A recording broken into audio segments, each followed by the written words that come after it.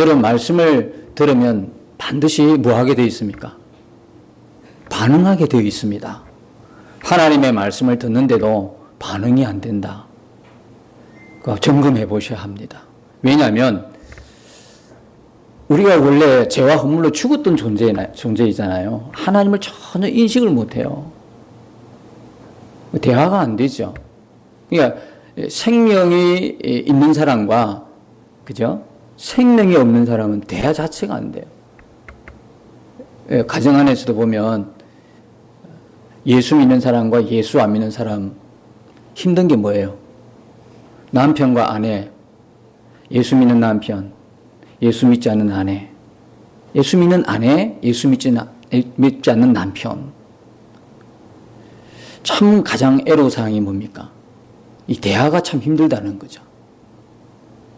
생명이 역사하는 사람과 생명이 없는 사람은 죄송하지만 우리가 육신이 살아있다고 생명이 있다 이렇게 흔히 이야기하지만 영적으로 보면 죽은 거죠.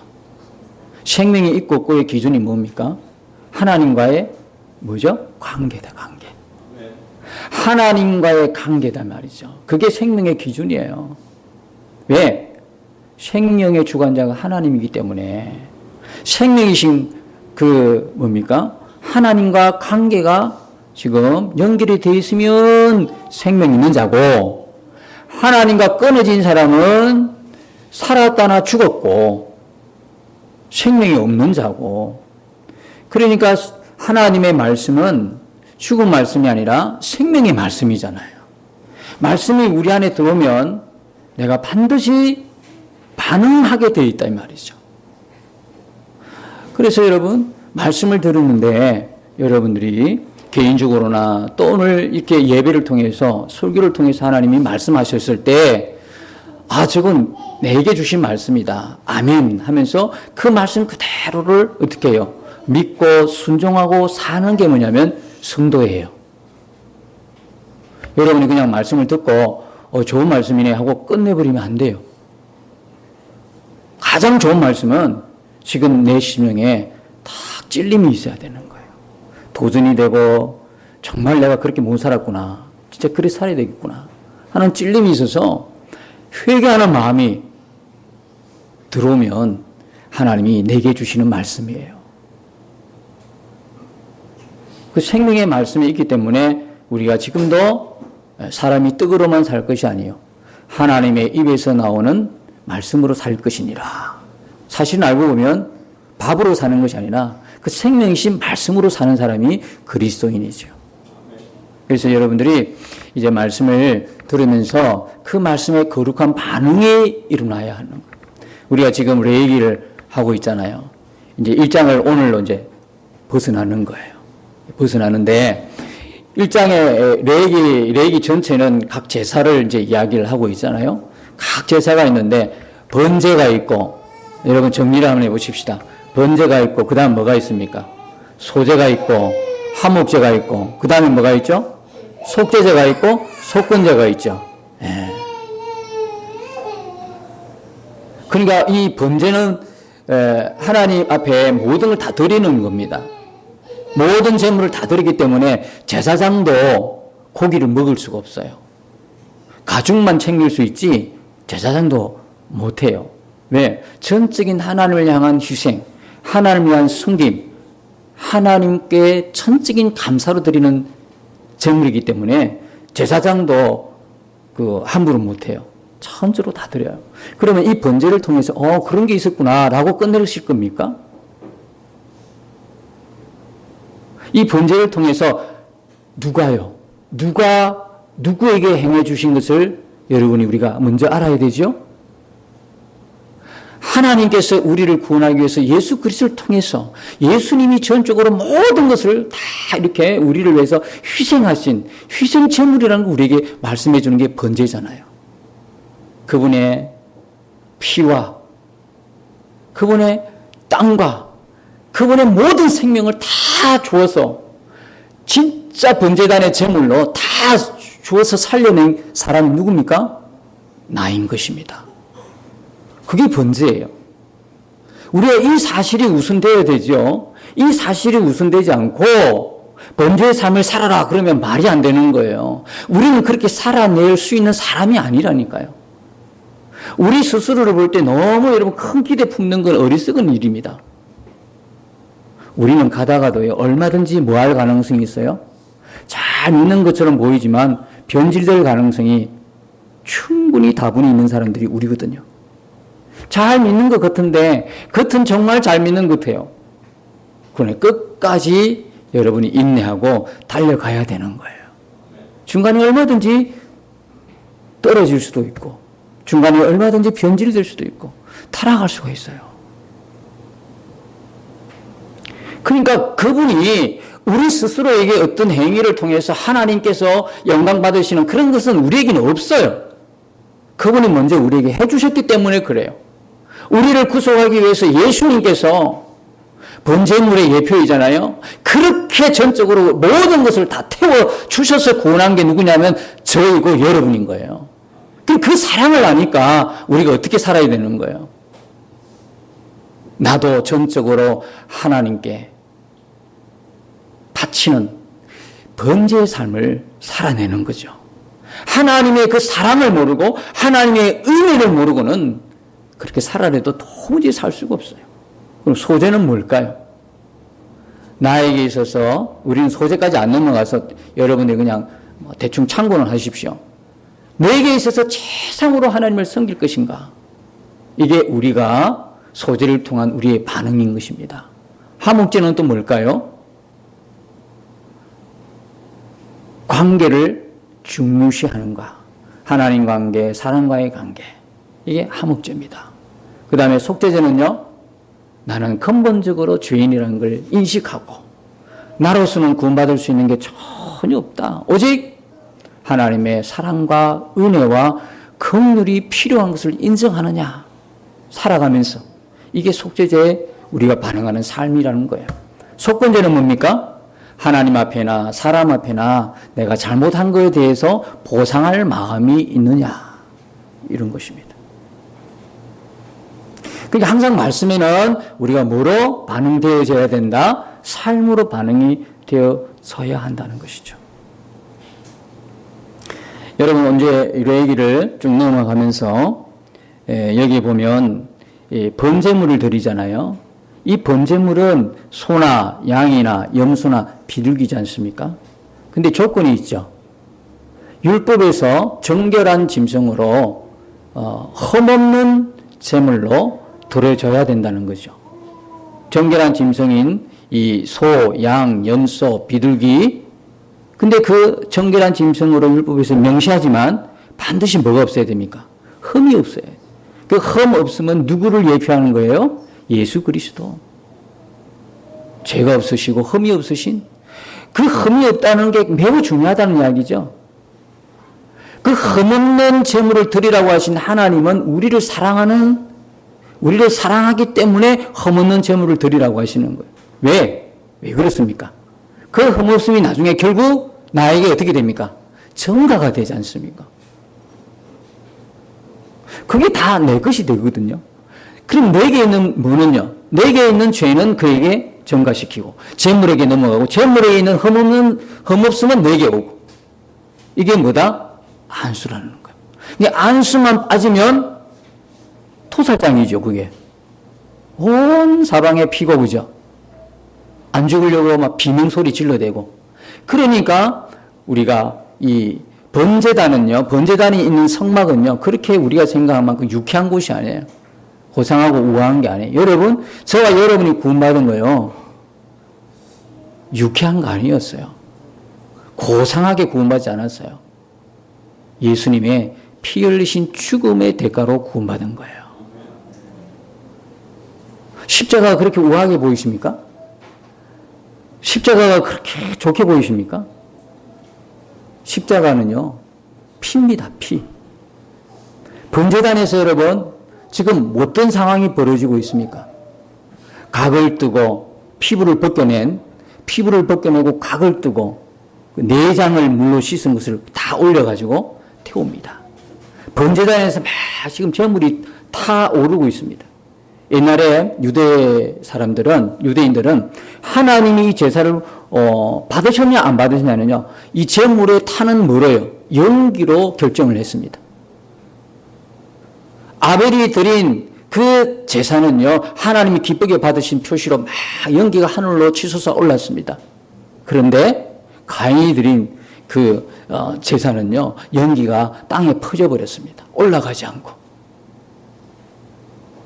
그러니까 이 번제단에서 타는 거는요, 고기가 지금 막 타죠. 그런데 보통 때는 우리가 고기 구울 때, 뭡니까?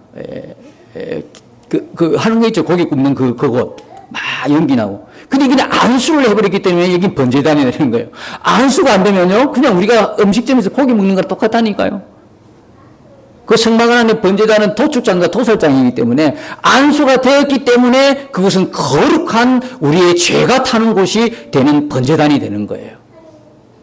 막 거기서는요, 지금 태우는 거예요. 다 각을 떠서 토막토막 내는 거예요. 이 각을 뜬다는 게 조금 성경에서 볼 때 참 조화롭게 보이지만 사실 각 뜬다는 게 마디마디 잘라내는 거거든요. 고기 먹을 때 다 잘라내잖아요. 토막토막 내잖아요. 무슨 이야기입니까? 뼛속 깊은 곳까지 죄. 뼛속 깊은 곳에 자리하고 있는 이 죄까지 하나님은 태워버리신다는 거예요. 내장을 물로 씻었다는 이야기 뭡니까? 내장은 겉을 말합니까? 안을 말합니까? 안의 죄. 마음의 죄까지. 하나님은 이 번제단을 보면서 뭘 느껴야 됩니까?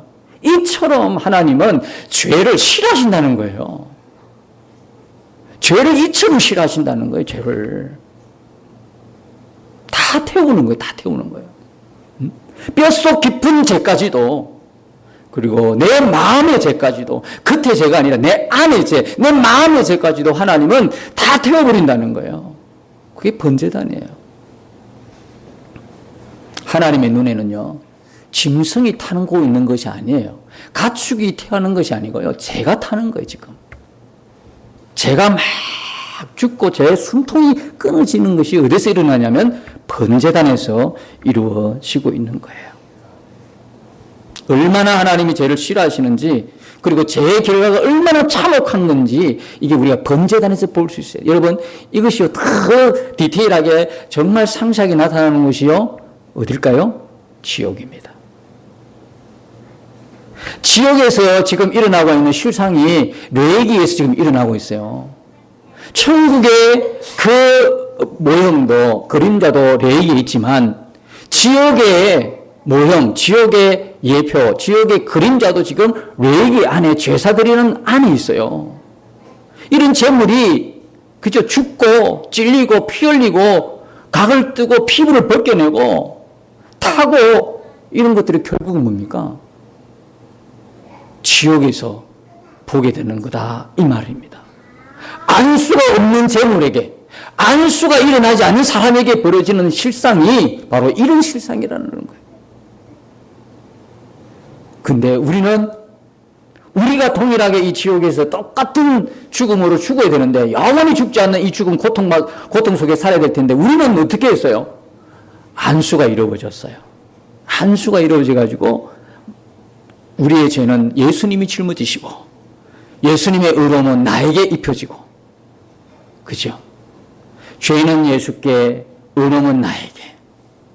그래가지고 우리가 세상 사람과 별반 아무 다를 게 없는 우리가 웬 은혜인지 웬 사랑인지 그렇게 지옥에서 불꽃처럼 타오를 인생들이 다 이제 천국에서 뭡니까? 예수님과 함께 살게 됐다는 것이죠. 이 성막 안의 번제단에서 일어나는 것을 보면 인간이 어떻게 정말 구원받는지를 그대로 보여주는 거예요. 이 제사가 예수 그리스도의 대속을 예표하는 것이 아니라면 아무 의미가 없어요. 그냥 예수 그리스도, 이 제사들이 다 예수님을 예표하고 있잖아요. 예수 그리스도의 구속, 예수 그리스도의 대속을 나타나는 다 그림자잖아요. 번제도 그렇고, 소제도 그렇고, 화목제도 그렇고, 속제도 그렇고, 속건제도 그렇고, 모든 그렇죠. 그래서 오늘 우리가 읽었던 본문 중에서 공통적으로 나오는 말씀이 하나 있습니다. 번제를 드리면서 그 이전에 1장 1절에서 9절까지도 번제 드리면서 그때 드렸던 예물이 뭡니까? 제물이 소였습니다. 오늘 우리가 읽은 부분에서는 뭐가 들어갑니까? 양과 염소와 비둘기가 들어가요. 근데 동일하게 나오는 말씀이 뭡니까? 이는 화제라 여호와께 향기로운 냄새니라. 이 말씀이 동일하게 나옵니다. 여러분 생각해 보십시오. 우리가 아무리 몰라도 하나님께서 고기 타는 냄새 맡으시고 향기롭다 하실 분은 아니라는 거 아시죠? 그렇잖아. 하나님이 이 제물 타는 걸 보고 너무 맡기 좋다, 향기롭다, 고기 잘 구웠네, 이럴 뿐이 아니라는 거죠. 그럼 도대체 오늘 제목처럼 여호와께 향기로운 냄새, 왜 하나님은 제물 타는 걸, 고기 타는 걸 보고 향기로운 냄새를 하셨을까? 왜 그러셨을까요? 여러분 생각해 보세요. 이것이 조금 전에 말씀하신 것처럼 이 제사가 그리스도의 후속, 그리스도의 대속을 예표하는 것이 아니라면 아무 의미가 없듯이 하나님께도 향기로운 냄새가 안 된다는 거예요. 하나님이 향기롭다고 했을 때는 이 제사가 누구를 예표하기 때문에? 예수님의 예표이기 때문에, 예수님의 구속을, 예수님이 우리 대신에 죽으시는 것을 나타내기 때문에 그것이 향기롭다, 그렇게 말씀하는 거예요. 여러분, 여기 화제라는 건 뭐냐면 이는 화제라 여호와께서 향기로운 냄새니라, 이렇게 말씀. 화제는요 불로 태워드리는 제사를 말하거든요. 이것은 뭘 상징하냐면 그리스도의 고난을 상징하는 것입니다. 이 제물이 타는 걸 보고 향기로운 냄새라고 했었을 때 하나님은 누구를 보시냐면 예수 그리스도를 보고 계시는 거예요. 예수 그리스도가 모든 사람들의 죄를 대신해서 죽으실 것을 예표하면서 그 예수님의 뭘 보십니까? 순종이 향기롭다고 말씀하시는 거예요. 예수님의 그 순종을 보시고 향기를 맡으시는 거예요. 에베소서 5장 2절에 보니까 그는 우리를 위하여 자신을 버리사, 자기를 버리사, 그죠? 향기로운 제물과 생축으로 하나님께 드리셨느니라 말씀하고 있잖아요. 그게 뭐가 나옵니까? 향기로운 제물이 나오잖아요. 향기로운 제물이 되신 누구죠? 예수님. 예수님을 보신 거예요. 그러니까 향기롭다는 거예요. 예수님이 예수님의 순종이 있으니까, 예수님이 그게 있으니까, 예수님이 지금 타는 거예요. 모든 인류의 죄를 대신해서. 그리고 또 향기롭다고 하신 이유는 뭐냐면, 예수님께서 그렇게 대속해 주시는 것이 결국 하나님의 구원 계획을 여러분 지난번에 말씀드렸죠. 하나님의 구원 계획은 누구를 위함인가 하면, 우리는 흔히 우리를 위함이다 그러지만 먼저 알아야 될 것이 있습니다. 물론 하나님이 우리를 구원하기 위해서 그렇게 예수 그리스도를 통해서 죽으셨잖아요. 번제물로 죽으셨고 속죄제물로 죽으신 건 맞는데요. 첫 번째 우리가 분명히 인식하고 알아야 될 것은요, 그렇게 예수님께서 죽으신 것은 누구의 이름과 명예를 위함이죠? 하나님이십니다. 하나님의 실추된 명예와 더럽혀진 이름을 위함이니라. 에스겔 36장에 나온다고 그랬죠. 그래서 이사야 48장 11절에 보면 내가 나를 위하며 내가 나를 위하여 이룰 것이니라. 어찌, 그죠? 어찌 내 이름을 욕되게 하리요? 내 영광을 다른 자에게 주지 않으리라. 하나님이 그렇게 사랑했던 아담과 하와 에덴 동산이 죄로 파괴되니까 동시에 그 에덴만 파괴되고 우리만 쫓겨난 것이 아니라 하나님의 명예가 실추됐다 이 말이에요. 우리 때문에 하나님의 이름이 더럽혔단 말이죠. 그러니까 예수 그리스도의 대속의 그 은혜는, 대속은 뭐냐면 먼저는 하나님의 실추된 명예와 하나님의 더럽혀진 이름의 회복이 일어나는 것이다 말이에요. 그러니까 그 순종이 하나님 볼 때 너무 향기로운 냄새가 되는 거예요. 그 실추된 하나님의 영예가, 영광이 드러나는 것이 되기 때문에 향기롭다, 그렇게 말씀하시는 거예요. 여러분, 우리가 다르게 한번 생각해 보십시다. 이게 잘 보셔야 됩니다. 성경을 또 다르게 보는 눈이 하나 이제 열리는데요. 소를 드렸다고 생각해 보십시다.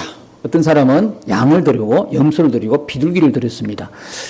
누구는 소를 드리고 누구는 비둘기를 드려야 되겠습니까? 이렇게 제물이 딱 하나 정해지지 않고, 예를 들어서 속죄제는 딱 정해집니다. 제사장의 속죄는 소다 딱 정해지죠.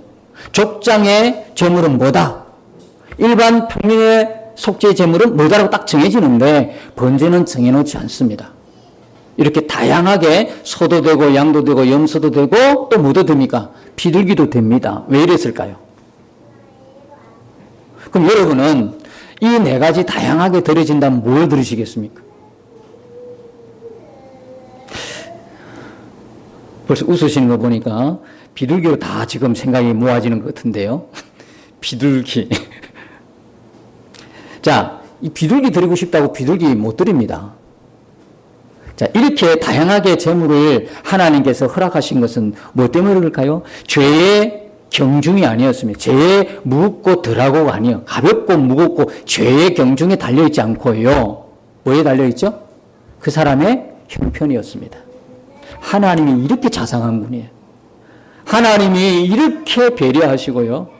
한 사람 한 사람을 정확하게 아시고 그 사람의 형편과 사정을 아시고 하나님이 우리를 대해주시는 거, 이게 얼마나 큰 은혜인지 모릅니다.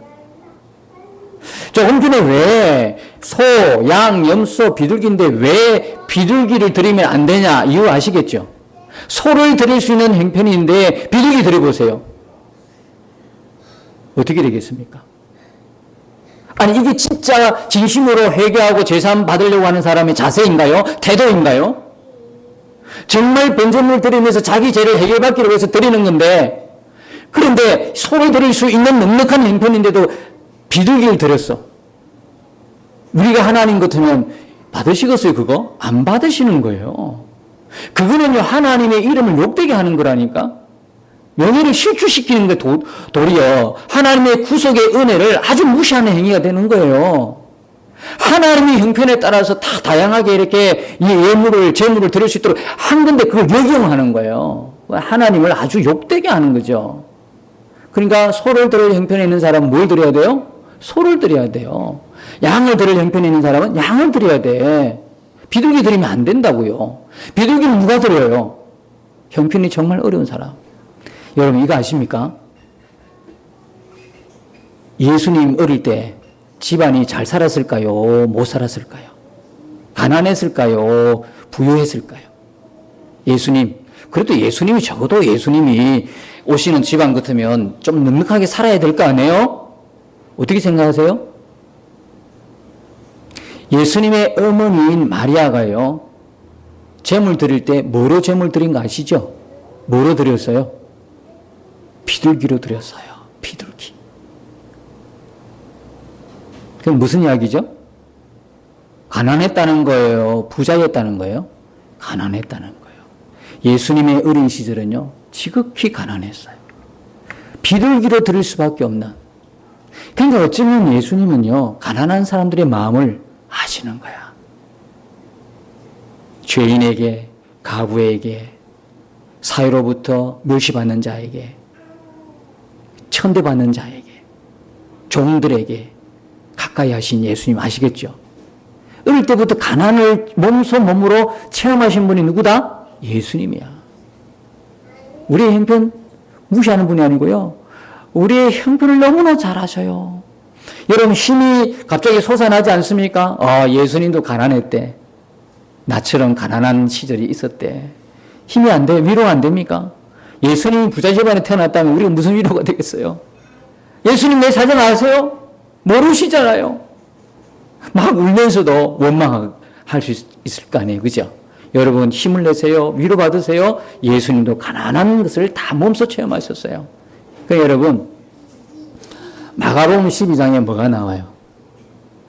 뭐가 나오기는 말씀이 오죠. 마가복음 12장에 보면 헌금을 드렸던 두 부류의 사람이, 두 사람이 나옵니다. 하나는 부자가 나오고 가난한 가부가 나옵니다. 그래서 부자의 헌금을 보고 또 가난한 가부의 헌금을 보시면서 예수님께서 뭐라고 말씀하셨죠? 오늘 여기 헌금 드린 모든 사람보다도 누가 많이 드렸다는 거야? 가장 많이 드린 사람이. 당연히 부자가 되어야 되는 거 아니에요? 그 본문을 여러분 가만히 보시면 부자가요 그냥 대충 드린 게 아니라니까요. 부자도 많이 드렸어요. 분명히 말씀은 뭐라고 나오냐면 부자도 많이 드렸다고 말씀이 나와요. 부자가 많이 드리면, 자, 예수님께서는 계산을 전혀 못하신 분인가요? 예수님 수학 자체를 몰라요? 산술 자체 개념이 없으신 분인가요? 많이 드렸다고 이야기하면 아무리 가난한 사람이 수백 명이 모여 드린 것보다 부자 한 사람이 많이 드린 그것이 더 많지 않을까요? 근데 수백 명도 아니고 한 명, 가부 한 명이 드렸어요. 그런데 그 예수님께서 딱 말씀하시는 거는 지금 드린 모든 사람마다 누가 많이 드렸다는 거예요? 가부가 드렸다는 그 돈. 그게 헌금이 가장 많이 들었다는 거예요. 도대체 이게 뭐예요, 도대체? 무슨 말이에요? 그러니까 부자가 아무리 적게 들어도 엄청난 금액인데 많이 들었으니까 그 금액이 엄청난 거였어요. 그런데 예수님은 가난한 가부의 헌금을 많이 들었다고 말씀하시는 거예요. 그런데 보니까 그 밑에 이렇게 말씀을 보니까 있어요. 가부는요, 자기의 소유의 모든 걸 다 드린 거예요. 자기 모든 소유 곧 자기 생활비 전체를 드렸느니라. 근데 그 금액이 얼마 되는지 아세요? 얼마나 가난했으면요. 한 데나리온이 오늘날 노동자의 하루 임금인데요. 두 고드란트를 갖고 있어요. 두렙돈을 갖고 있으니까 두렙돈은요, 64분의 1이에요. 그럼 계산해보면 얼마냐면, 채 2,000원도 안 되는 돈이야. 얼마나 가난했으면. 채 2,000원도 안 되는 그 돈. 근데 그 돈이 그에게 전부 다였어요. 그게 생활비였어요, 그게. 생활비 전체를 다 튼 거예요. 부자가 아무리 많이 넣었다고 그래도 부자가 넣을 때는 어떤 마음으로 넣었을까요? 가부의 그 심정으로 넣었을까요? 이거 드리면 안 되는데. 이거 내 지금 당장 먹고 살아야 되는 건데. 오늘 한 끼를 해결해야 되는 건데. 그 마음으로 부자가 들었을까요? 전혀요. 아무리 많이 들어도 금액 액수는 엄청 크다요. 그가 드릴 때는요, 이거 내 이거 먹고 살아야 되는 건데 라고 그런 정말 심정으로 드리진 않고 아무리 많이 들어도 전혀 자기에게 부담 안 되는 액수일 거예요. 그냥 드린 거예요. 생각 없이 드릴 수도 있어요. 그게는 믿음이 배제될 수 있어요. 믿음으로 드린 게 아니고, 믿음은 있기 때문에 간절한 믿음이 아니었어요. 아마 가부가 갖고 있는 그 믿음만 비교가 안 될 거예요. 가부는 전체 다 드렸어요. 왜? 이거 내가 당장 먹고 살아야 되거든. 한 끼 식사를 해결해야 되는데, 그걸 무슨 마음으로 드렸을까요? 믿음 없이는 드릴 수 있을까요? 저는 가끔, 이제 제가 알고 있는 분들하고 몇 분 알고 있는데요. 어떤 사모님은요, 이분은 참 그래요. 어디 세미나 가서 집회 가서 은혜 받으시면요, 돌아갈 차비까지도 몽땅 다 헌금하셔요. 우리로서는 지금 이게 이해가 안 되잖아요. 드리더라도 돌아갈 차비는 놔둬야지. 차비는 두셔야지. 그래야 남한테 시시 안 지고 폐 안 끼치고. 그냥 차비는 오면서 간식 먹을 돈은 다 헌금하더라도 차비는 갖고 있어야 되죠. 근데 이 사모님은 전혀 대책이 없어요. 은혜 받고 그래 헌금하자면 차비까지 다 주머니 다 틀어야 마음이 풀리는 사모님이 한 분 계세요. 근데 지금까지 가만히 보면 잘 사셔요. 그래도 전혀. 저는 이분 보면서 참 하나님께서 그 마음을 얼마나 사랑하시면 그 마음을 정말 기쁘게 받으셨다. 좀 무대책처럼 보이지만 그래서 예수님이 그 가부의 마음을 받으신 거야. 자기의 모든 전부를 다 드렸으니까 어찌 부자하고 비교가 되겠어요? 하나님이 뭘 아신단 말이에요? 형편과 사정을 다 아신다는 거죠. 이렇게 네 가지를 다 다양하게, 재물을 다양하게 이렇게 하도록 하는 건 우리의 형편, 죄의 경중이 아니고 우리의 형편에 따라서 드리라고 하시는 하나님의 배려였어요. 이런 거 보면 부자나 가난한 사람이나 하나님의 구원에서 제외될 사람은 단 한 사람도 없다는 거예요. 모든 사람이 하나님의 구원의 대상이죠. 모든 사람이 구원받을 수 있어요. 또 동시에 모든 사람이 어떤 형편에 있든지 하나님께 감사하지 못할 사람은 단 한 사람도 없어요. 그렇지 않습니까? 하나님 앞에 구원에서 제외될 사람이 단 한 사람도 없듯이 하나님 앞에 어떤 형편에 있든지 감사 못할 사람이 있다? 없는 거예요. 그런데 여러분 생각해 보십시오. 하나님에게는 전혀 문제가 아니에요. 지금 드리는 제사자의 입장에서 돌아가 보십시다. 자, 이게 중요합니다. 드리는 제사자의 입장에서 한번 생각해 보십시다. 자, 옆에서 봤을 거 아닙니까? 소를 끌고 와서 이제 제사 드리면 얼마나 거창하겠어요. 소가 보통 덩치입니까?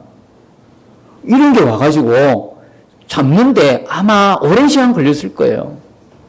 여러분에게 지난번에 말씀드렸지만 소 잡는 데는요, 한 번에 여러분이 성경 읽을 때는 소가 제물이 되었다, 소가 한 번만에 죽었다 이렇게 생각할 수 있겠지만 소는 한 번에 죽지 않습니다. 7번, 8번 찔러야 겨우 죽습니다. 그것도 아주 이제 급소에 찔러야 되는 거죠. 그 사이에 비명소리 들리죠? 피 튀기죠? 난리 난 거죠? 피부 뺏게 되죠? 도대체 하루 종일 해도 될 것 같습니까? 소로 갔다가 예를 들어서 이 여자도 번제도 드릴 수 있으니까 여자가 소를 끌고 어떻게 드립니까? 가족 전체가 동원됐지 않겠습니까? 가족 전체가 들어붙어 가지고 소를 한 마리 죽인단 말입니다. 이게 보통 일이냐고. 이게 한두 시간 안에 끝날 거냐고. 그 다음에 양은 좀 괜찮지만 그래도 양도 뭡니까? 이런 절차를 밟으면 꽤 많은 시간이 흐르죠. 그 가족을 어떻게 다 비깁니까? 그리고 토막 다 내고 시간 많이 걸리거든요. 자, 이제부터 문제죠. 비둘기 드리는 사람을 생각해 보십시다. 자, 여러분이 소 드렸을 때는 나름대로 뿌듯하죠. 이 뿌듯할 내용은 아니지만 뭐 걸사하잖아요. 뭐 드렸다고 하는 느낌이 들잖아. 예를 들어서 교회에서도 예배 드릴 때 막 오케스트라가 있고 막 사람도 많고 막 웅장하고 이러면 뭔가 예배 드린 것 같아. 너무 마음이 흐뭇하죠. 야, 오늘 드렸다. 이런 느낌이 들죠. 그런데 사람도 없어. 어촌교회, 농촌교회, 할머니들 다 몇 분 앉아 있는데 다 졸고 있어. 뭐 오케스트라 큰형 뭐 반주자도 없어.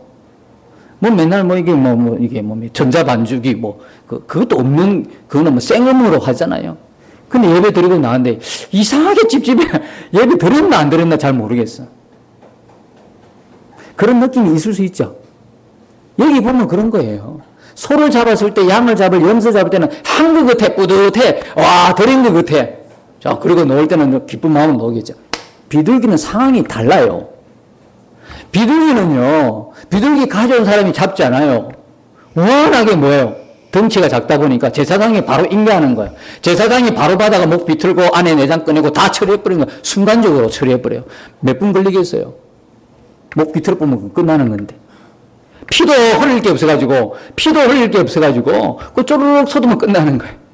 단 몇 분 만에 끝나고, 만일에 이 성막에서 나온다고 한번 생각해 보세요. 이게 드렸는지, 안 드렸는지, 기분이 묘하지 않겠어요? 그렇지 않습니까? 이거 내가 드린 거야? 어쩌면 그의 가난, 그의 없음, 그의 부족함이 다 드러나서 정말 이게 사는 거냐? 라고 할 만큼 그렇게 생각되지 않겠냐고요. 야, 이게 뭐냐? 그런데요, 유의해서 우리가 집중해서 보아야 할 단어가 있습니다. 그게 뭐냐면, 이는 화제라 여호와께서 향기로운 뭡니까? 냄새니라. 동일하게. 소를 들었을 때도 향기로운 냄새다. 양을 들었을 때도, 염소를 들었을 때도 향기로운 냄새다. 와, 거기까지는 이해가 가. 근데 세상에 비둘기를 들었는데도 하나님이 뭐라고 했어요? 이는 향기로운 냄새니라. 어떠세요, 여러분? 나는 안 들은 것 같아. 나는 처음에 느낌이 아닌 것 같아. 드리고도 너무 아닌 기분이야. 그런데 하나님은 그걸 뭐냐면 향기로운 냄새로 맡으신다는 거예요. 우리는 어떤 상황에 있어도 하나님을 예배할 수 있습니다. 이 예배 장소가요, 웅장하고 화려하지 않고 우아하지 않아도요, 우리는 언제든지 하나님이 우리를 예배자로 부르시고 예배를 받으신다는 거예요. 여러분의 가정에 돌아가서 혼자서 예배상 차려놓고 혼자서 하나님을 예배한다고 앉아있는 그 자리에서도 하나님은 그 예배를 향기롭게 맡으시는 거예요. 전혀 어떤 상황과 어떤 형편, 어떤 것에 조건에 구애받지 않고 하나님은 우리의 예배, 무슨 예배요? 예수 그리스도의 대속의 은혜를 감사하며 그 감격으로 드려지는 예배를 하나님이 기쁘게 받으시는 거예요. 정말 감사한 일이죠. 그러니까 여러분, 지금 사람 없는 농어촌교회, 아니면 한두 사람 앉아있는 개척교회, 작은 어려운 교회, 이런 교회들 전혀 없다고 어떤 환경과 조건 때문에 실망하고 좌절하고 눈물 흘릴 이유가 하나도 없는 거예요. 왜냐하면 그렇게 크게 웅장하게 드려지는 예배도 하나님이 받으시지만 그 작은 어촌교회, 농어촌교회, 그 할머니들, 곧 요단강 건너갈 할머니들 몇 분 앉아가 졸고 있는 예배도 하나님이 기쁘게 받으시는 거예요. 목회자가 절대 그 환경 때문에 좌절하고 절망하고 실망할 이유가 하나도 없어요. 혹시 오늘 설교를 혹시 들으시는 목회자분들 계시면 이 말씀이, 그리고 이런 작은 교회에서 섬기는 성도님들이 이 설교를 혹시나 들을 수 있다면 그분들에게 주시는 위로의 말씀으로 받으시기를 축복합니다. 아무 상관이 없어요, 여러분. 반주가 없어 상관없어요. 성가대 하려 하지 않아요. 괜찮아요. 설교자가 제대로 설교 못하고 떠들거려도 괜찮아요. 받으신 분 하나님이시거든요. 예배는 누구를 향하여 드립니까? 하나님을 향하여 드리지 않습니까? 하나님이 기쁘게 받으시면 끝나는 거죠. 제 설교가 조금 더듬어도 여러분 듣기가 힘들어도 여러분들을 하나님 앞에 지금 앉아있다고, 하나님을 향하여 예배한다는 그 생각으로 앉아있다면 뭐가 부족합니까? 앉아서 설교 잘한다 못한다가 아니라 이 시간에 우리가 드리는 예배는 하나님이 받으신다. 그 하나로 충분하지 않습니까? 그 은혜에 여러분이 그 은혜에 젖어 있다면 바로 그것이 하나님이 내게 너무나 강력한 은혜를 주시는 증거가 아니겠습니까? 그런데 여러분 보십시오. 계시록에 보면 참 재미난 말씀이 있습니다. 계시록 7교회 나오죠. 7교회 중에 딱 칭찬받은 교회가 2교회입니다. 스무나 교회가 빌라델비아 교회거든요. 스무나 교회를 향하여 주님이 뭐라고 말씀? 네 환난과 궁핍을 내가 아는데 실상은 내가 부유한 자다. 환난과 궁핍함이 있었다는 거예요. 스무나 교회. 가난한 교회였다는 거예요. 가난한 농촌교회, 가난한 개척교회, 작은 교회였는데 알고 보니까 주님이 실상은 내가 부유한 자니라. 빌라델비아 교회는 어떻게 칭찬하십니까? 너의 작은 능력으로 내 말을 지켜냈고 나의 이름을 배반하지 아니했다라고 말씀하는 거예요. 이렇게 빌라델비아하고 스무나 교회가 칭찬받았는데요. 오늘날 교회를 나타내고 있는 라오디게아 교회는 어떤지 아십니까? 자기들 스스로는 나는 부유하다, 부족함이 없다 그랬어요. 모자라는 게 없다. 우리는 부자야. 부족함이 없어. 부유해. 근데 하나님의 판정은 무엇입니까? 실상은 내가 가난한 자고 공고한 자고 버섯고. 하나님 보는 눈하고 우리가 보는 눈이 이렇게 다르더라는 거예요. 그러니까 부자 교회에 큰 교회에 있으면서 자기 스스로가 이만하면 됐어 라고 안심할 게 아니라는 이야기예요. 지금 우리가 보는 것은 환경과 형편이 아니라는 이야기예요. 정말 내 마음 깊은 곳에 하나님을 예배할 것인가? 그 믿음이 있는가? 그 믿음으로 드려지는 예배인가? 아니면 하나님 한 분으로 충분합니다 드리는 그 마음으로 드려지는 진실의 예배인가? 그것만이 하나님이 우리 예배를 평가하시는 거예요. 크고 작고 환경이 문제가 아니라니까. 여러분, 그래서요, 우리 교회는 너무 감사한 교회예요. 그렇지 않아요? 하나님께 더 문도장 찍을 수 있는 기회가 많은 교회예요. 왜냐하면 여러분들 섬길 수 있는 기회도 많지요. 봉사하고 헌신할 수 있는 기회도 많지요. 기도할 것도 많은 교회지요. 믿음으로 반응해야만 살아날 수 있는 교회가 우리 교회니까. 여러분이 볼 때는요, 얼마든지 하나님과 너무너무 좋은 평가를 받는 교회가 우리 교회입니다. 할렐루야. 너무 좋은 교회요. 정말 향기로운 냄새로 맡으시는 예배가 있는 교회. 그런 교회가 우리 교회예요. 이제 마지막으로 말씀 증거 드릴게요. 자, 이런 하나님이 맡으셔서 향기로운 냄새다. 이건 곧 누구를 말씀하는 거예요? 예수님이 제물로 내신 그 제물의 현장, 레위기 현장만 보고 향기로운 냄새다 이렇게 하실까요? 아니죠. 누굴 보고? 이제는 나를 보고. 이제 우리를 보고 맡으시는데요. 야, 너 참 향기롭다. 이걸 우리에게 말씀하시는 거예요. 고린도후서 2장에 보니까 우리가 뭐라고 표현하고 있어요? 그리스도의 향기다 그랬어요. 각처에 예수 그리스도를 알리는 냄새를 풍기는 자라 그래요. 근데 우리는 생명으로부터 생명에 이르는 냄새를 풍기는 자라 그래요. 어떤 사람은 사망에서 사망에 이르는 냄새를 풍기는 자가 있는가 하면 생명으로부터 생명에 이르게 하는 냄새를 풍기는 자가 우리라고 말씀하는 거예요. 하나님께서 우리가 또 한 주간 살아가는 이 한 주간을 통해서 하나님이 우리에게 말씀하시는 거예요. 나는 너에게서 향기를 맡고 싶다는 거예요. 그렇다고 내일부터 향수 뿌리고 향수는요, 아주 사람 많은 곳에 버스 안에, 지하철 안에 향수는 아주 매캐하고요, 오히려 불쾌하게 하는데, 이 향수의 냄새가 아니라 그리스도의 향수, 그리스도의 향기, 그리스도의 편지가 되고 그리스도의 향기가 내는 이 향기를 하나님이 우리 이번 한 주간 살아내야 되는 이 한 주간에서 우리를 통해 맡고 싶다는 거예요. 그게 뭐예요? 그게요, 전적으로 범죄의 삶을 살아내는 건데요. 로마서 14장에 보니까 살아도 주를 위해서 죽어도 주를 위해서 우리가 사나 죽으나 다 누구의 것이다? 주의 것이다. 우리의 소유가 딱 정해졌어요. 고린도전서 6장 20절에 보니까 너희는 값으로 산 것이 되었으니 너희 몸으로 하나님께 영광을 돌려라 말씀하고 있는 거예요. 로마서 12장 1절에 보니까 우리가 드릴 영적 예배를 바울이 정확하게 말씀하고 있죠. 우리 몸이 산 제물로 드리는 예배가 영적 예배니라. 이걸 받고 싶은 거예요. 주님이 먹든지 마시든지 무엇을 하든지 하나님께 영광을 위하여 하라. 이게요, 향기 나는 삶인 거예요. 그런데 더 이상 저한테 그리스도인들이 어떻게 살아야 합니까? 그러면서 구체적으로 뭘 먹어도 됩니까? 뭐 안 해야 됩니까? 해야 됩니까? 물어볼 이유가 사실 없어요. 당신께서 하나님 앞에 물어보시면 돼요. 이게 향기 나는 겁니까? 하나님의 영광을 위하는 것입니까? 아니면 내가 끊지 못해서 하는 것입니까? 그거 물어보세요. 그러면요, 하나님이 우리 마음에 답을 주셔요. 사랑하는 성도 여러분, 우리를 보고 이 한 주간에 하나님께서 향기롭다고 말씀하시는데 이게 놀라운 은혜지 않습니까? 우리가 스스로 어떻게 그 향기를 품어낼 수 있습니까? 그러나 우리 안에 누가 오셨어요? 예수님이 오셨기 때문에 향기신, 향기의 본질이 되신, 향기 자체가 되신 예수님 안에 있잖아요.